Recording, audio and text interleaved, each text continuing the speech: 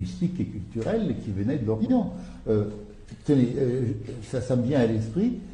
Saint-Augustin raconte, Saint-Augustin c'est 5e siècle, Saint-Augustin raconte qu'autour de chez lui, sous Haras à l'heure actuelle, et bien autour de chez lui, il y avait encore beaucoup de gens qui connaissaient le punique. C'est-à-dire que c'était quand même une langue importée, venue d'Orient. Alors là, oui, c'était venu d'Orient, on en est absolument certain.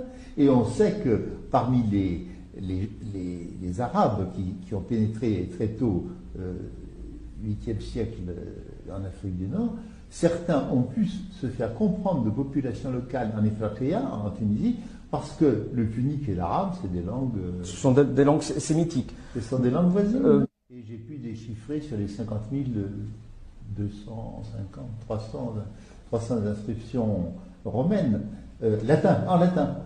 Et c'est là que je me suis aperçu que ce que disaient certaines de ces inscriptions, c'était une espèce de propédeutique de l'islam.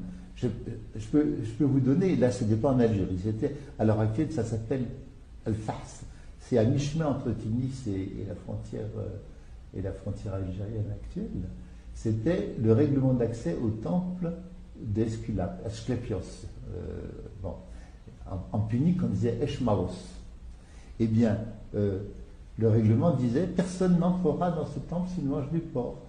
Nous sommes au 1er siècle après Jésus-Christ. Article 2 ou 3, j'ai oublié, personne n'entrera dans ce temple s'il n'enlève pas ses chaussures. Personne n'entrera s'il est une femme, s'il n'a pas le visage couvert. C'est-à-dire que vous avez l'impression que tout y est. Nous sommes 6 siècles avant l'islam, qui annonce, pour ma part, qui annonce ce qui sera la focalisation musulmane, le tawhid, c'est-à-dire l'unicité de Dieu divine. Autrement dit, il n'y avait pas d'islam, bien sûr, au IVe siècle, mais je pense que le donatisme a été quelque chose qui a été... diffuser cette idée de monothéisme. Je pense que c'était une propédeutique, une anticipation du